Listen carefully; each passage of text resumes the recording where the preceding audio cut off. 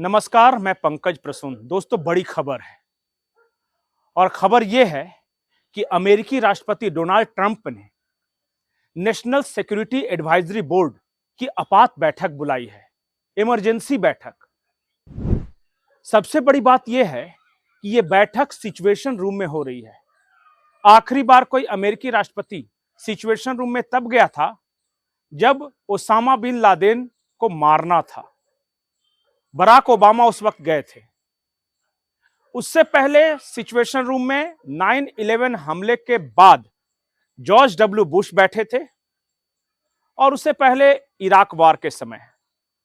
इसका मतलब यह है कि सिचुएशन रूम में अमेरिकी राष्ट्रपति आपात बैठक, मैं इमरजेंसी बैठक की बात करूं, इमरजेंसी बैठक तभी बुलाते हैं और खुद वहां मौजूद रहते हैं जब कुछ बहुत बड़ा होने वाला होता है। और यह बड़ा क्या हो सकता है? डोनाल्ड ट्रंप के कुछ बयानों से इशारा मिल रहा है।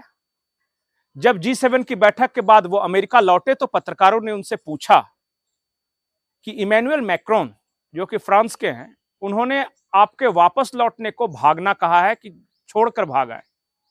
तो डोनाल्ड ट्रंप का तुरंत जवाब था कि मैक्रोन को पता ही नहीं कि क्या होने वाला है, उन्हें इस बात का कुछ अंदाजा ही नहीं कि क्या होने वाला है।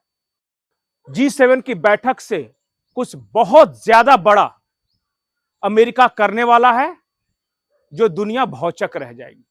अब वो क्या हो सकता है? डोनाल्ड ट्रंप का यह बयान, उसके बाद सिचुएशन रूम में नेशनल सिक्योरिटी एडवाइजरी बोर्ड की बैठक, हम कुछ अंदाज लगा सकते हैं। और अंदाज यह है कि पिछले एक हफ्तों से मिडिल ईस्ट में अमेरिका अपने नौसैनिक बेड़ों और एयरफोर्स को मोबिलाइज कर रहा है। तो अंदाजा यही लगाया जा सकता है कि अमेरिका इजराइल के साथ मिलकर कुछ बहुत बड़ा अटैक प्लान कर रहा है ईरान पर। और यह अटैक इतना बड़ा होगा कि यह इस युद्ध का निर्णायक क्षण साबित होगा। जो अमेरिका के, इजराइल के डिफेंस एक्सपर्ट हैं, उनका कहना है कि अगले 3 से 4 दिनों में ईरान इजराइल युद्ध की तस्वीर पूरी तरह बदलने वाली है। सबसे पहले आइए आपको सुनाते हैं कि अमेरिका पहुंचने के बाद और सिचुएशन रूम में जाने के पहले डोनाल्ड ट्रंप ने क्या कहा। उन्होंने ईरान के बारे में कहा है कि ईरान से अब न्यूक्लियर समझौता नहीं होगा, अब इस समस्या का समूल नाश होगा। अब समूल नाश का मतलब मुझे नहीं पता, पहले आप खुद सुन ले। What specifically is better than a ceasefire? What are you looking for here? And then a real end, not a ceasefire. And then So something that will be permanent. or giving up entirely. Is that okay too? Are you close to, or is that possible in the next 24 to 5 hours? Certainly possible. A complete give up. That's possible. Yeah. तो सुना आपने, Donald Trump कह रहे हैं कि अब Iran वाली समस्या का समूल नाश, यानी ईरान का कंप्लीट न्यूक्लियर डिसआर्मामेंट, मतलब एक भी न्यूक्लियर अंश नहीं रहने देंगे। यह सिचुएशन है अमेरिका की। एक और बड़ी खबर है। खबर यह है कि इजराइल ने धमकी दी है। इजराइल के मोसाद के मुख्यालय पर ईरान ने मिसाइल हमला किया, यह आपको पता है। इजराइल के इंटेलिजेंस मुख्यालय पर ईरान ने मिसाइल अटैक किया, आपको पता है। अब इसके जवाब में इजराइल के रक्षा मंत्री ने धमकी दी है जो कि ईरान के सुप्रीम लीडर हैं, उनका हाल सद्दाम हुसैन की तरह किया जाएगा। जी हां, आपने बिल्कुल सही समझा। उन्होंने, यानी इजराइल के रक्षा मंत्री ने कहा कि शायद सद्दाम हुसैन का परिणाम भूल गए हैं खामेनेई, उनका भी वही हश्र होने वाला है जो सद्दाम हुसैन का हुआ है। इसका मतलब सिचुएशन और ज्यादा टेंस हो रहा है। खबर यह है कि इसी टेंस सिचुएशन में पाकिस्तान और तमाम इस्लामिक देशों ने एक बैठक बुलाई और उस बैठक के बाद एक निर्णय हुआ और निर्णय के बाद एक प्रेस विज्ञप्ति जारी की गई। अभी जो आप अपने स्क्रीन पे देख रहे हैं, यह इस्लामिक देशों की प्रेस विज्ञप्ति है, जिसमें ईरान और इजराइल युद्ध के दौरान इन सब ने सैद्धांतिक रूप से ईरान का समर्थन करने का फैसला किया है। इस बैठक में टर्की शामिल थे, इस बैठक में पाकिस्तान शामिल था, लेकिन इस बैठक में अफगानिस्तान शामिल नहीं था। इस बैठक में बाकी तमाम मुस्लिम देश, जिनको आप अंदाजा लगा सकते हैं, इवन सऊदी अरब और कतर भी, मलेशिया भी थे, इंडोनेशिया भी थे। तो इन तमाम देशों ने जो प्रेस रिलीज जारी किया है वो आप पढ़ सकते हैं। उसमें बार बार ये कहा गया है कि इजराइल के एग्रेशन की हम कड़े शब्दों में निंदा करते हैं ईरान पे। फिर उन्होंने ये कहा है कि ईरान पर हमला वो किसी देश की संप्रभुता पर हमला है। वो आप पढ़ लीजिए, बहुत ज्यादा डिटेल्स में जाने लायक जरूरत नहीं है, आप समझ सकते हैं क्या हुआ होगा।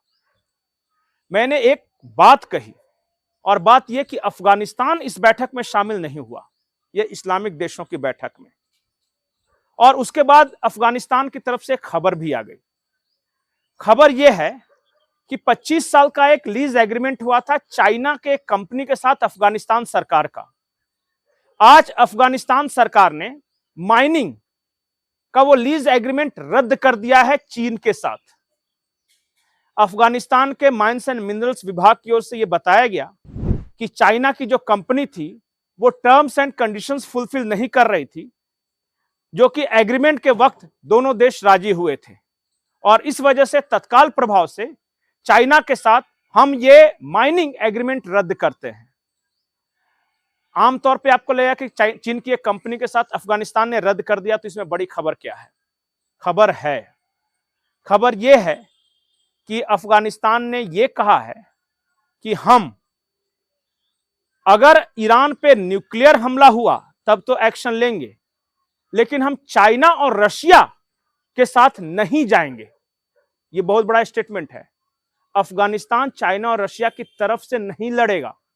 इसका मतलब या तो वो न्यूट्रल रहेगा, और बहुत एडवर्स कंडीशन उन्होंने अप्लाई कर दी है कि अगर न्यूक्लियर अटैक हुआ तभी हम कुछ करेंगे सहयोग ईरान का। तो इसका मतलब कि फिलहाल अफगानिस्तान ने तटस्थ रहने का फैसला किया है। रही बात भारत के दृष्टिकोण की, तो जिस तरह से सिचुएशन टाइट हो रहा है, पहले ये रातों को हमला होता था, चाहे इजराइल हो या ईरान हो, ये रात में अटैक करते थे। कल से हमने देखा है कि ये दिन में अब अटैक शुरू हो गया है।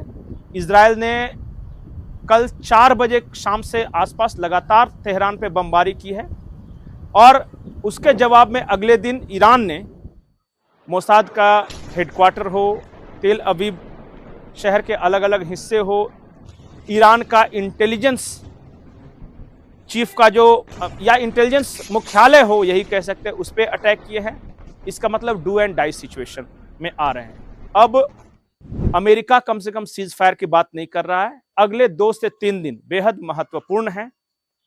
अमेरिका और इजराइल दोनों मिलकर ईरान पर अटैक करने वाले हैं। यह बड़ा अटैक होगा और यह निश्चित है। और जैसे ही अमेरिका अटैक करेगा, वैसे ही पाकिस्तान का रुख बदल जाएगा। पाकिस्तान अमेरिकी फौजों के खिलाफ ईरान के पक्ष में तो नहीं ही लड़ेगा, जहां तक मेरी समझ है।